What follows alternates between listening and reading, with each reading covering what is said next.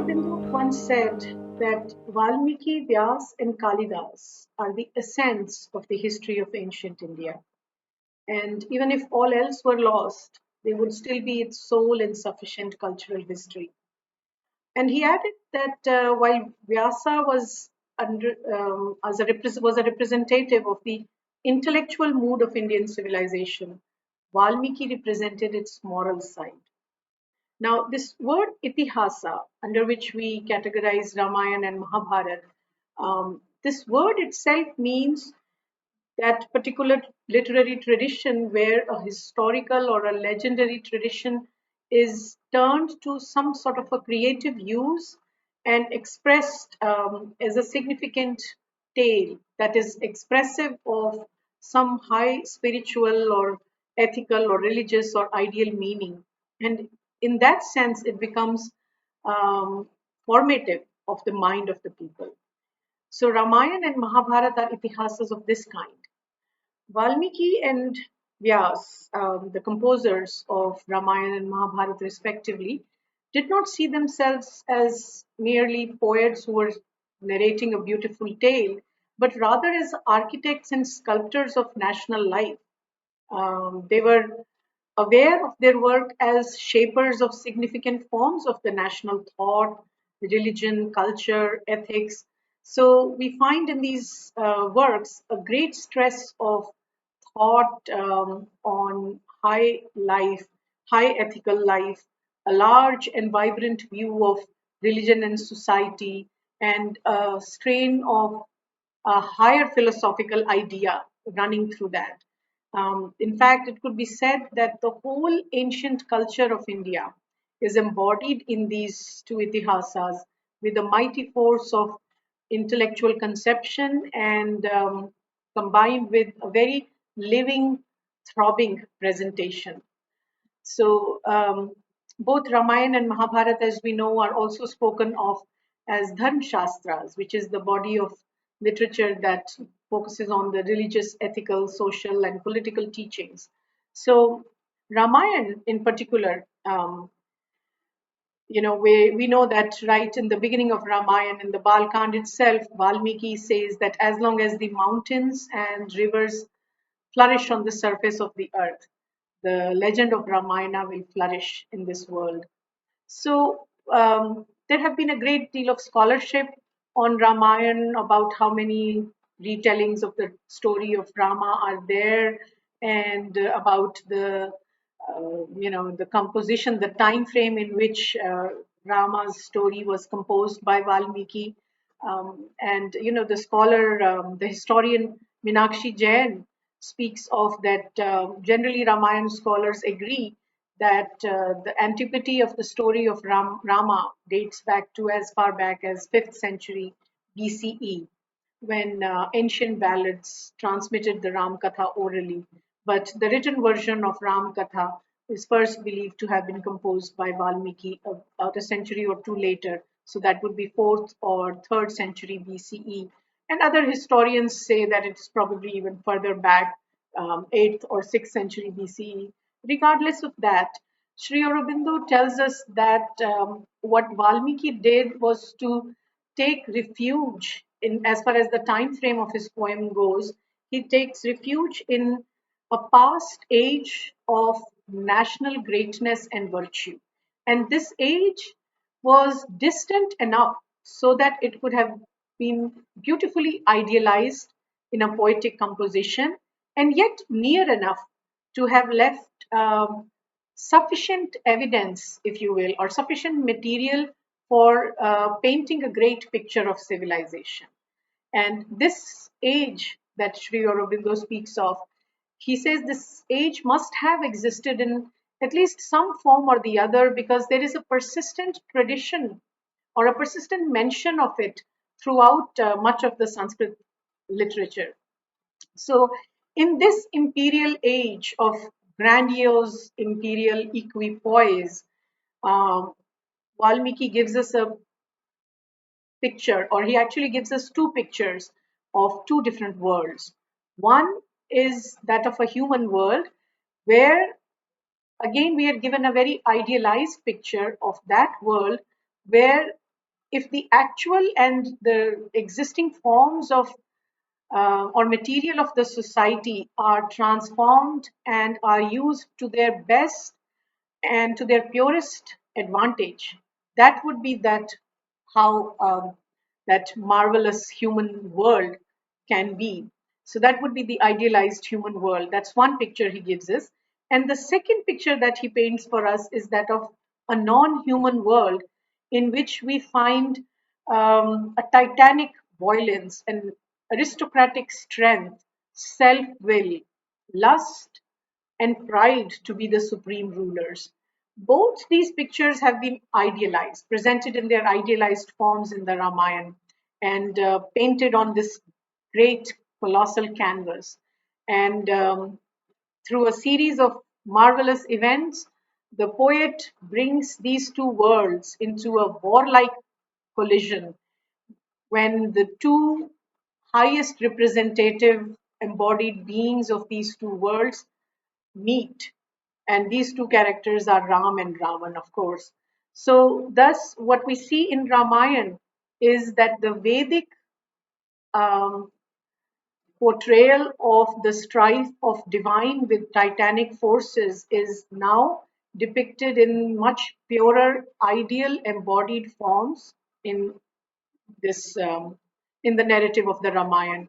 So we also find here this great imaginative heightening of both the good and the evil in human character in almost like supernatural dimensions.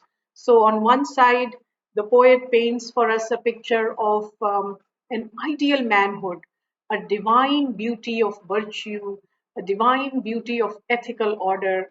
And this picture is not only just of an individual, but also of an entire civilization, of a society which is founded on dharma, which upholds the highest moral ideal, and yet at the same time has a great appeal to because of its aesthetic grace, because of its charm and beauty and harmony and sweetness. So we are given a picture of this ideal dharmic civilization where both the ethical and the aesthetic tendencies of higher mind are beautifully harmonized.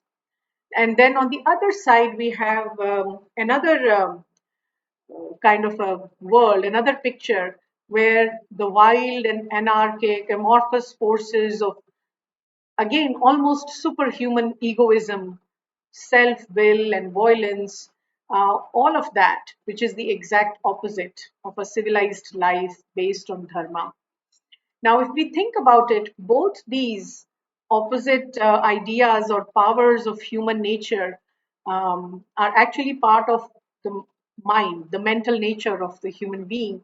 So, on one side, we have an excessive, dominating, violent egoism, and on the other, we have a more harmonizing, ethical, sattvic, gentle temperament. And both of these two opposing tendencies have been expressed in embodied beings in the poem's narrative, and they are, brought into conflict in the storyline. So, the storyline of the conflict between the Rakshasic temperament and the Devic temperament.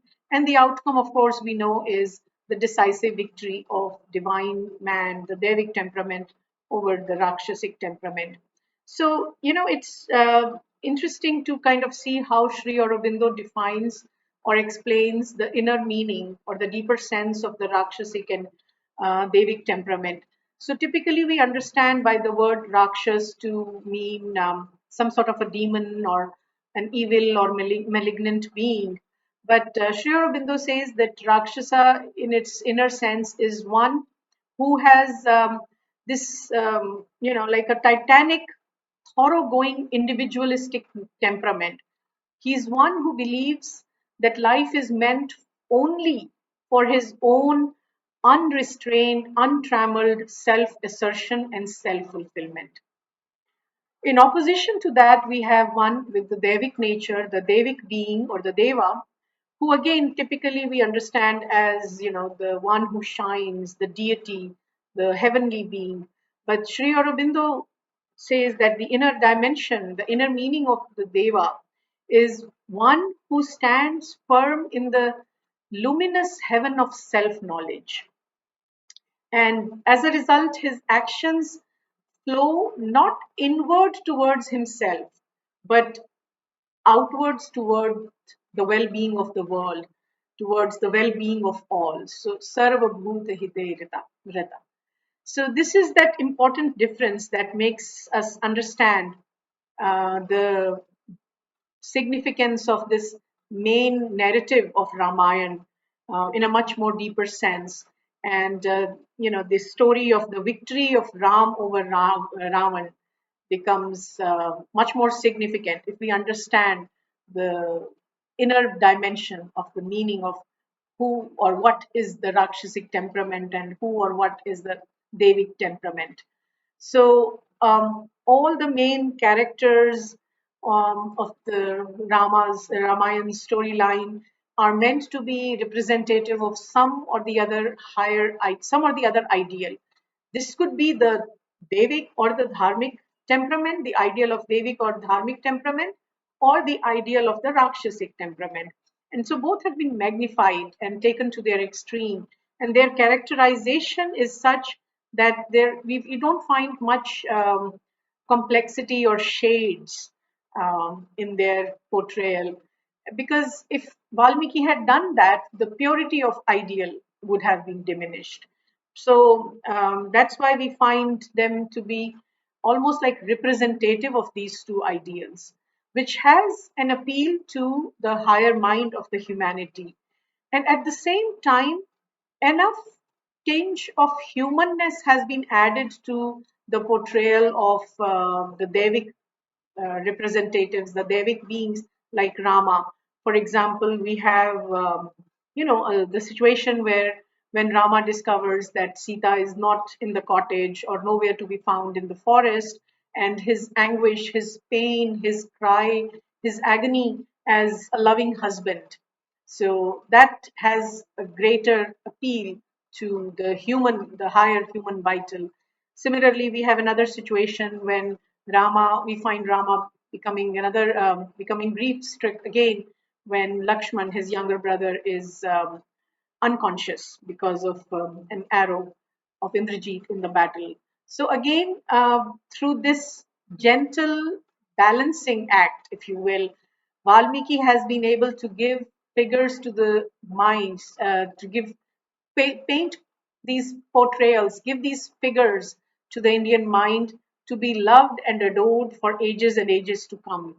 And we could say that one of the main reasons why Ramayana has been so successful and has made for itself such a special place in the collective Indian consciousness and imagination is that it has been able to successfully transcribe that supraphysical or spiritual force which has the ability to awaken the individual um, and even awaken a nation through inspiration, through uplifting the consciousness.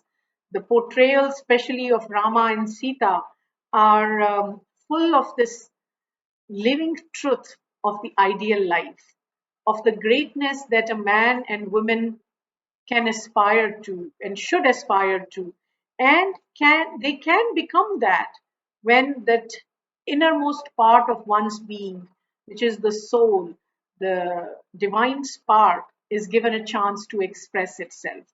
So for the vast majority of Indians, Ramayan continues to be the story of Prabhu Sri Ram, Maryada Purushottam, the avatar of Sri Vishnu. And as we know, Sri Aurobindo has dealt with this concept of avatarhood in much detail in his essays on the Gita. Just to mention briefly, he says, avatar is one when the divine descends in human form to give a dharma, a method of inner and outer living, a way, a rule, and a law of molding oneself by which a human being can grow towards divinity. That is the work of an avatar. And Rama, in the history of the spiritual history of Indian avatars in the Indian spiritual lineage, Rama's work was that he was the avatar of the Sattvic mind. And this is why we find in Valmiki's Ramayana the continuous narrative of Rama, who is working tirelessly to establish the supremacy of the ethical, aesthetic, moral, and mental consciousness over the anarchic, physical, vitalistic consciousness of the Rakshasa and the Vanara.